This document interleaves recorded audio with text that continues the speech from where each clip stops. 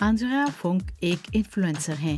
انہوں نے 8 سال قبل اپنا لائف سٹائل بلاگ شروع کیا اور بالآخر ان کی ہابی ان کا پیشہ بن گئی۔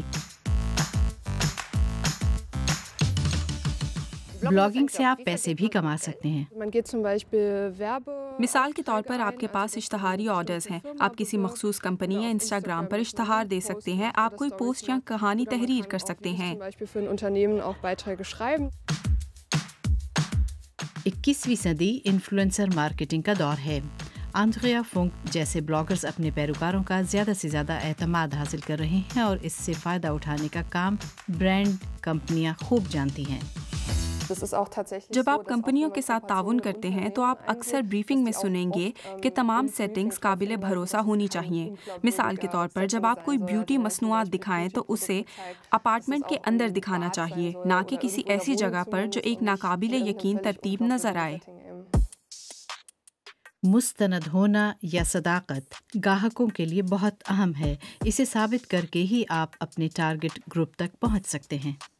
ایک اندازے کے مطابق 2021 میں دنیا بھر میں سوشل میڈیا نیٹ ورک پر اشتہارات اور بلاگز کی اشاعت پر 100 ارب یورو کی لاگت آئے گی۔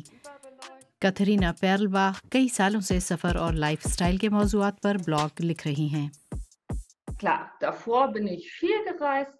یقیناً اس سے قبل میں نے بہت سفر کیے، سال میں 15 بار سفر کرنا ایسا بہت کم ہی لوگ کریں گے، اور اب میں شہر کولون میں بیٹھی ہوں اور کئی مہینوں سے میں اس شہر سے باہر نہیں نکلی۔ لیکن اس دوران بھی انہیں نئے گاہک مل رہے ہیں۔ لنلر ہوٹل سے سلام، میں اب پھر واپس ہوٹل کے کمرے میں یعنی اپنے ہوم آفس میں ہوں۔ میں آپ کو باہر کا نظارہ دکھاتی ہوں۔ مجھے یہاں سے کولون کا ڈوم نظر آ رہا ہے۔ وہ اپنے بلاگ کو بطور اشتہار نشانزد کرتی ہیں۔ جرمنی میں اس پر ایسا کرنا واجب ہے۔ اس کے باوجود ان کے فالوورز پوچھتے رہتے ہیں کہ وہ اتنے خوبصورت سفر اور ہوٹلوں کا خرچ کیسے برداشت کر رہی ہیں۔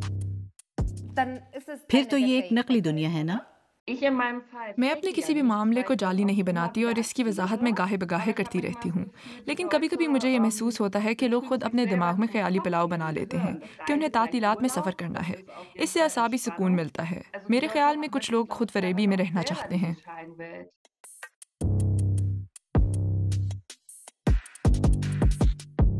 کیا فلٹر کے بغیر بھی انسٹاگرام پر کچھ پوسٹ کیا جا سکتا ہے؟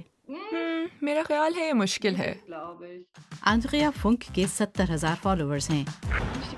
میرا چہرہ دیکھو کتنا روشن نظر آ رہا ہے، شاید اس کی وجہ تل ابیب ہے، یہ روشنی بس بڑی ہی لاجواب ہے۔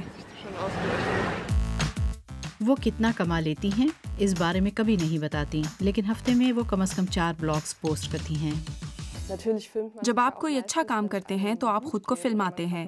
روتے ہوئے تو کیمرے کے سامنے کوئی نہیں آنا چاہتا، لیکن اکثر ایسا کرنے کی آپ کی خواہش ہوتی ہے۔ اس سے فطری طور پر یہ تاثر ابھرتا ہے کہ زندگی میں سب اچھا ہے، کیونکہ تصویر کا دوسرا رخ بہت کم دکھایا جاتا ہے۔ اسے عمدہ اور مستند نظر آنا چاہیے۔ آیا فیک یا جعلی ہے یا نہیں، اس کی حیثیت ثانی ہے۔